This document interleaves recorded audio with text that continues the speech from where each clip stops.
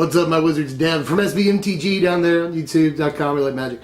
Today, one of my favorite cat videos to do. We get to tell you my top 20 cards in all of Eldritch Moon. With a quick addendum, I'll also be giving you my top 5 uncommons and my top 3 commons. So there's a lot to talk about. Let's get into it. Now, before we get into the actual list of my favorite 20 rares and mythics and stuff, I'm going to go ahead and give you quickly my top 5 uncommons and top 3 commons. As far as commons goes, these guys right here. Number 3, Galvanic Bombardment. I just think it's gonna see standard play, especially after Fiery Impulse rotates, so deserves a spot on the list. Standard playable common all day. Doesn't seem bad to me and will show up in certain decks. So there's that. Number 2 is Primal Druid. Primal Druid looks super sweet to me. Sort of a rampant growth that you have to block with and it dies before you actually get the growth out of it. That's not bad. You'll get some mid-game growth. It's going to make some decisions on whether to swing hard for them. So I like Primal Druid. I actually think this looks like a pretty playable common too. But my favorite common, and this is just because I like creatures like this, is Thermo Alchemist. This is my number one thing. And it might affect Pauper in some way. This really good card at the common level for Paupers. It definitely looks fun to build budget decks around, and I will be brewing with it. It seems like a super fun card, and I always like stuff like this. That was quick. Let me give you the top 5 uncommons before I actually hit the list proper here. Number 5, as far as the uncommons go, is Incendiary Flood. I just want to acknowledge the existence of this card by making it number 5. I mean, it's going to almost certainly see standard play. 2 mana, 3 damage removal is back, and there's a slight upside, but it loses instant speed. Just super boo, but at the same time, this will definitely see play, so it's going to go on a top 5 list. But here's some different stuff. Number 4 is Whispers of Emrakul. Really like sort of the callback to Hymn to Tourach on this, and I love that it's just 2 mana random discard. For people that have never had to deal with random discard, it's awful. Especially on turn 2 like this, which I don't even know if that's when this card's going to get played, is turn 2. But sometimes it will. And even then, random discard's awful, because it's just really stressful, and am I going to lose the one thing that I'm planning my entire game around right now? It's possible. It's totally possible. And random discard's just always been a headache. Wizards deemed it unfun, so I'm really surprised it's on a card right now. But here it is. Here it is. And it could be better than Hymn to Tourach once you hit Delirium, so that's also super dope. Number 3 uncommon is Unsubstantiate, and this probably could be higher up the list. Some people, this is their number 1 uncommon. I really do like the thing. Definitely needs to be on the list somewhere. I mean, it's probably going to see some standard play in either tempo decks or even straight up control decks. There's a lot of people that are returning a spell to their hand is dumb because they're just going to cast it again and you wasted a card. Magic is a game of turns, you know? So on turn 2, which is where this card in a control deck may want to be played, especially if you went first. There are reasons for that. But on turn 2, you play this, and you've negated their entire second turn. You basically time walked them. I mean, you weren't going to do anything besides counter spells anyway. They're the ones trying to generate initiative, and you just totally denied it. And when you send their 2-drop back to their hand, they're going to play their 3-drop next turn. They're not just going to repeat their second turn because they'd lose value that way. Once Clash rotates, this will be the premium 2-mana counterspell in the format, which is weird. But maybe Kaladesh will give us more. There's Wizards and Blue's probably going to be featured pretty heavily, so... Anyway, all that babbling aside, Unsubstantiate's fantastic tempo piece, and people are actually talking about this in Modern, so would not be surprised if it saw a lot of play. My number 2 is Curious Homunculus. A weird one, right? But people are also talking about this in Modern Delver decks, although I don't think he goes there. I'm not quite sure. This is definitely a card that's going to have to be tested with a lot, and people are willing to do it. There's a lot of people excited about it. There's a lot of other people that are just overlooking the card no, it's alright. But what this really is a possible 2-mana 3/4 that has prowess, so you can make it even bigger. It lowers the cost of your spells and can mana ramp you too, so it's this card does a lot of things. This card does an awful lot of things, and I wouldn't be surprised to see it somewhere. But my number 1 uncommon in the set is Gnarlwood Dryad. Really like the cut of this guy's jib, man. You drop him early game, and he's a fantastic blocker. You know, he's going to trade with pretty much anything on the ground ever. That's great. So he's sort of a rats in that way, Typhoid Rats. But he's so much better than Typhoid Rats because a little bit later in the game he becomes a more effective attacker. And that's a great thing to have out of a 1-drop, you know. Creatures that cost very little, but then later on in the game get big, are traditionally pretty awesome. So I think this guy definitely could have the legs to make it. We'll just have to wait and see. I do think, though, that he is one of the more exciting uncommons in the set, and Delirium players wanted him. Some Zoo players are hyped about him, although, again, I'm not really sure about that.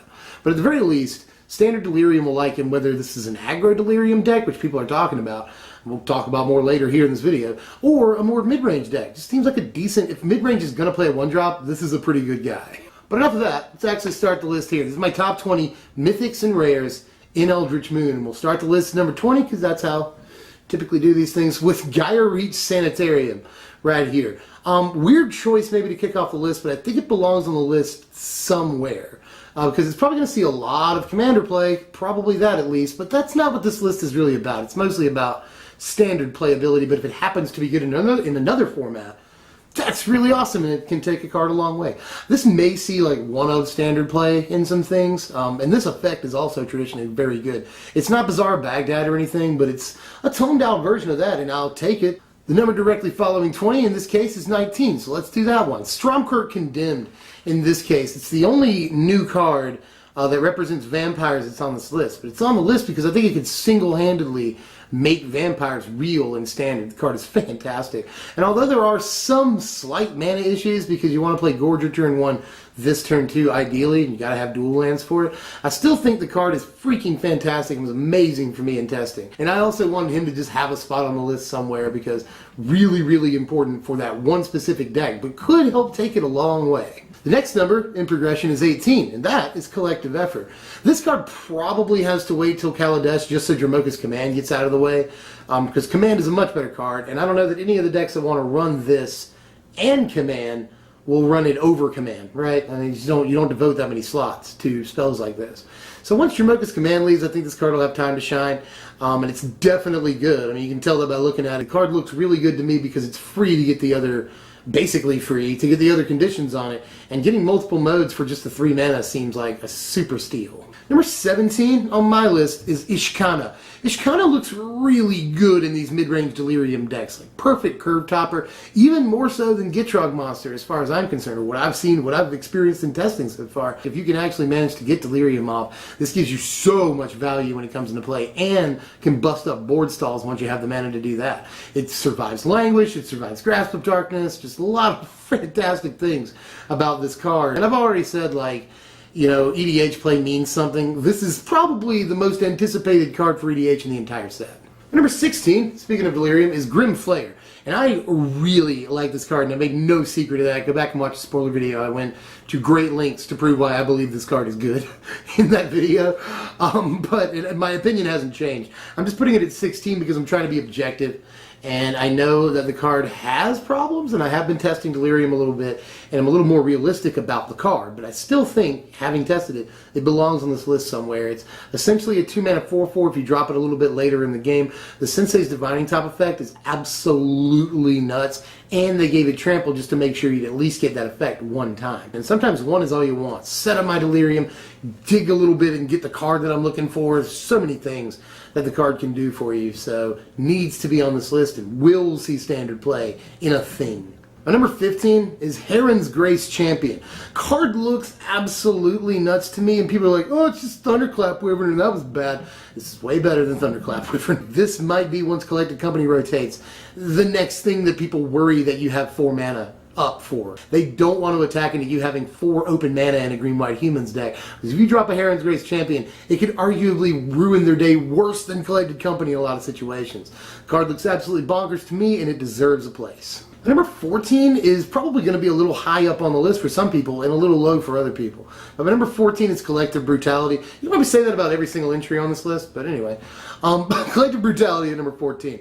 This looks, at the very least, like the floor on it is that it's cheap removal. Actually, at its worst, it's, 2 damage and 2 life, but you probably won't just cast it for that unless you're trying to burn them out and win the game. That's possible too. So, like all the modes on the card, although that third mode is my least favorite, but at the same time, you could play this, discard a card, enable Madness, get them to discard an instant or sorcery, and kill one of their guys. Just the value looks pretty impressive on this card. Number 13 is Hanwire Garrison / Battlements. I guess I'll throw it in there so that you can make the Writhing Township. But really, I mean, if I had to pick one of those 2.5 cards to go on the list, it would be Garrison. Like, this card seems great. The token generation is out of control. Creating 2 tokens is unbelievable. So this card, I think, is also flying under a lot of people's radar, and they just hate the gimmick of Transform, or not Transform, Meld, excuse me. But this card actually looks like kind of busted in a red-white humans deck.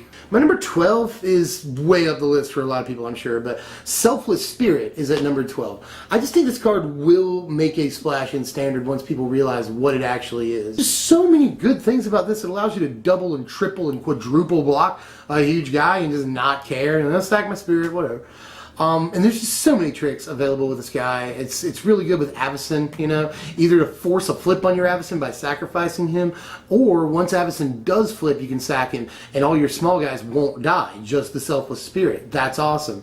This card was powerful enough for me in testing that not only is it fairly high up the list for a lot of people's expectations, I really think this card could be even better than the number 12 card in the set, seriously. My number 11 is Splendid Reclamation. The card just looks crazy. Like, this is one of the only cards on this list that I don't know exactly what it does, but it's going to be amazing. In the history of Magic, stuff like this is always, there is a deck for it in usually an Eternal format, you know? And this will see some kind of play once somebody figures out how to break it. It's just after playing Magic for long enough, you look at things like this and you're like, holy crap, that's breakable. Like, guaranteed that card is breakable. So I'm not saying I know exactly what to do with it right this second or anything. The obvious stuff is dump a bunch of lands in your graveyard and then put them back. I mean, that's the obvious thing. But then what do you do with all that mana? Does it suck too hard that those lands come into play tapped and you have to wait a turn? There are I mean, you can always brain and jar it, or you can quicken it, whatever. But in any case, there are some foibles with the card, there are some hang-ups, but at the same time, a card that does this is guaranteed powerful. It's just an insanely powerful effect that will see play once somebody figures it out. Getting into the top 10 now, though. So we got to start with Planeswalker. My number 10 is Tamiyo. Dislike button being hit right now because a lot of people probably wanted it higher than number 10. I get that. And I'm still just not very high on Tamiyo. The best thing about it is that her +1 is a way of protecting herself, because if they swing in on guys that you targeted with this ability, you might draw cards, you know, and they don't want you to do that. Same thing, you could target their guys with her +1 too, and they may not want you to draw cards, so they don't swing with those guys. That's a way, it could be argued, of protecting yourself. 3-mana Planeswalkers can sometimes be great and sometimes not, you know. I just hope we're not in another sort of Sarkhan Unbroken kind of situation where the card looks powerful, but just never actually does much, you know. And I would feel bad too, because Tamiyo's great. Everybody loves Tamiyo. I have a soft spot for Tamiyo. I know a lot of people really like the card, and I'm sorry if it's a little lower on the list than you want it to be, but this card will have to prove itself. My number 9 card is Emrakul herself, Miss Emmy. The whole reason that we're even here. Emrakul does obviously look super powerful, but does she go in more than one deck? Is she just going to be like the thing that we now split copies of Ulamog with in Ramp? You know, who knows? I do think the card can be played for relatively cheap in Standard. I mean, 7 mana is not bad. That's really not terrible. And you can get to that, you know. She can be Nahiri'd into play and then cast later after she bounces back to your hand. So a lot of good things about Emrakul, and I definitely think she'll crack Standard play. It just depends on in what. My number 8 card is the last card that I think will see a lot of Standard play and nothing else, probably. You know what I mean? Everything else on this list, I think, almost certainly has some kind of modern playability in it. But this is Liliana, the Last Hope, right here. This is a 3-mana Planeswalker, tied for the cheapest Planeswalker in Standard right now, and actually does a lot of good things. It can remove creatures or just make creatures smaller for an entire turn cycle, which I think people are discounting the effectiveness of. That's very, very good. And you plus her. People are discounting that too. Like, usually to do something that counts as removal, basically, that's going to take a minus. But this is a plus that can be used as removal, or even just staving off a bigger creature until your next turn. So that +1 is undervalued all day. Her second ability is also very good, allowing you to fuel some Delirium, replace stuff in the graveyard to be reanimated later, and then get some form of card advantage. This is her form of card advantage. Which good Planeswalkers do. So she protects herself with removal. She has a form of card advantage on her in a way, you know. So it passes all of the traditionally, is this a good Planeswalker, you know, tests. I think this card will see some kind of Standard play. It's just pretty powerful, and it's very cheap for what it does. But here starts a chain of cards that I think are probably better than just Standard. I think these are bigger than Standard. Number 7 is Mausoleum Wanderer, which is way up here on the list, but this is a better Curse Catcher.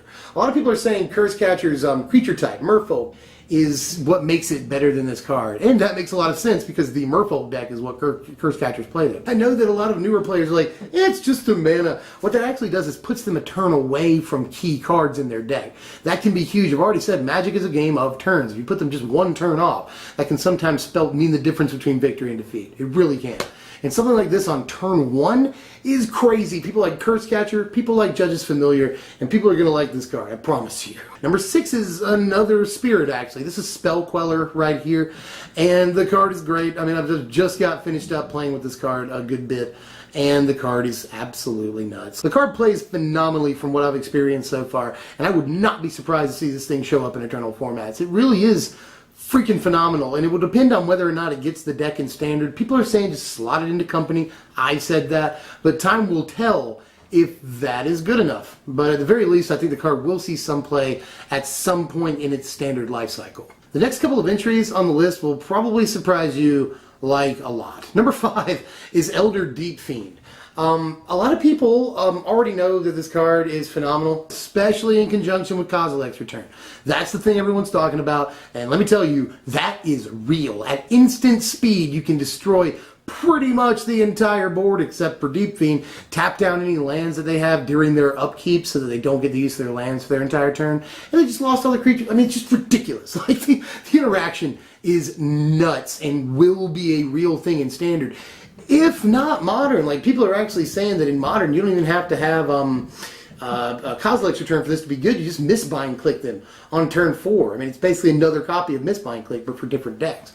And Blue X Eldrazi is already a thing in Modern, and this card could slot directly into it. So don't be surprised if you see it in other formats, because this effect is absolutely nuts, and it leaves a huge guy behind. My number 4 will be an even bigger surprise. This dislike buttons. This is Bedlam Reveler. This card, broken. I feel like maybe they tried to price it out of being broken, but I don't think they really succeeded. Like, even if you play this on turn 5, let's just say, drawing 3 cards is unbelievable. And it comes on a really, really good body, too. So, it's like, I've been messing around with this in the Blue-Red Horrors deck with Thing in the Ice and all the spells and stuff. And this card has been absolutely crazy. It's a mid-game body, a good body too, that is a refill. The deck is looking for a refill because it's going to play all of its 1 and 2 mana spells pretty early and then it runs out of gas. This is the perfect refill that either gives you a very effective attacker or a really good body on the ground that just blocks, whatever you want it to do. But this, I'm not kidding around, could see Modern or maybe even, don't hate me, Legacy play. It's entirely possible, especially in those formats where you have things in Modern like Thought Scour. You're going to play this card like fairly early and it's going to give you 3 cards. Drawing 3 cards, even if you have to discard your hand, is crazy. And the way that this card wants to work, you won't have any cards in your hand by the time you play it. So you just straight up dry draw 3 cards. That's freaking nuts when it comes on a decent body. So look out for this card. It's flying under the radar right now. There are some people talking about it, but I am totally serious putting this card all the way up here on the list. This card is dumb. Let's move on to number 3. Possibly the only card here in the last quarter of the list that I'm not sure it's going to see any Modern play or anything, but it could. But it doesn't pass the Bolt test at all, so that's bad. But this, number 3, is Gisela. Gisela, definitely the better half of Brisela, but the card is just so obviously powerful. 3 very relevant abilities on a 4/3 body for just the 4 mana is absolutely nuts, like power creep. But I am super in love with Gisela, and not only because she looks like lightning from FF13, but also because I think this is one of the more solid, very obviously good, and apparently good. You read this and you're like, holy crap, that's stupid good, and that's why it's tied for most expensive card in the set right now. It's going to see play at some point in its life cycle. It might not be now, but it will get its day, I promise you. We're almost there. We're at the number 2 position. Can you guess what number 1 is? I'll tell you number 2. is Thalia. This card is super dope and will almost certainly see modern play, and people are also making rumblings again about legacy with this card. Who knows? I'm not sure. But people are talking pretty heavily about modern. I think the card is just dumb as a great tempo play, or even just in mid-range. You know, oh, all your tokens will come into play tapped. All your lands will come into play tapped. Good luck with that. All your creatures will come into play tapped when you collected company. Like, everything about this card looks good in this format. And even if we didn't have things like Coco in the format, which a Coco deck, by the way, could use this, and it's good against Coco decks in a lot of ways. So, just the card has a lot of applications in this format, has a relevant creature type, decent body for the cost, and does something absolutely crazy. This may actually possibly could be number one, but the number one card looks too broken to me to not be number one, and you may have already guessed what it is. But Thalia may be my literal favorite card in the set. Seriously, it's like that. And the card has a fairly hefty pre-order price tag, but I would not be surprised to see it go up. Have you figured it out? Number one is Eldritch Evolution. And a lot like Reclamation, this is a card that I'm not entirely sure what it does yet, or what the big deck is, but there is one. There freaking is one. Like, getting a creature that is 2 steps above a creature you've already played and just putting it into play for nothing besides sacrificing that creature is really crazy. There's obviously ways that we can get benefits off of sacrificing creatures, so there's that. And also, just we can play like a toolbox strategy and just go get whatever creature we want at any given time that costs that certain amount of mana, you know? So I see decks running, in standard at least, like 1 and 2 of copies of a few different creatures and then just evoing into them. Like, a lot of people said that this is Wizard's apology for banning Birthing Pod in Modern, and the card definitely looks Modern playable to me. It's just like effects like this that essentially put whatever creature you want to into play for free are stupid. I keep saying that this or that is traditionally powerful. This is one of the most powerful effects in Magic history. Because you're paying 3 mana, you're sacrificing a creature, that's a lot, don't get me wrong. But you are going and getting whatever you want of a certain cost and putting it onto the battlefield. That's going to be insanely abusable. And people have already talked about stuff like turn 1 mana guy, turn 2, you know, go get Magus of the Moon and laugh. Like, that seems powerful enough right there. So who knows what ultimately this card will end up doing, but it will, again, I'm promising you here, will be a very important card out of this set. I think we made it. That is my top 20 rares and mythics in Eldritch Moon, and my top 5 uncommons and top 3 commons. We did a lot today. We had a lot of discussion. Hope you guys enjoyed it. I really do. If you did, hit the like button, thumbs up this content. It really helps me a lot. And then sub if you're new. And next time, talk about that. Next time, which deck do I do, people that didn't immediately click away when I started talking about how you should like the video? Which deck should I do? Should I do Eldritch? Or should I do Blue-Red Horrors? Those are the 2 decks that people wanted me to do the most next. In my last video, I asked. And those, and also Delirium was a pretty popular pick, too. So of those three, which would you rather see? Budget Eldritch? I can do Blue-Red Horrors, or I can do Delirium next. It's up to you, and I've got them all in the works right now, but I'll know which one to kick out. So let me know what you want to see, and I will see you guys next time. Thanks for watching, my wizards.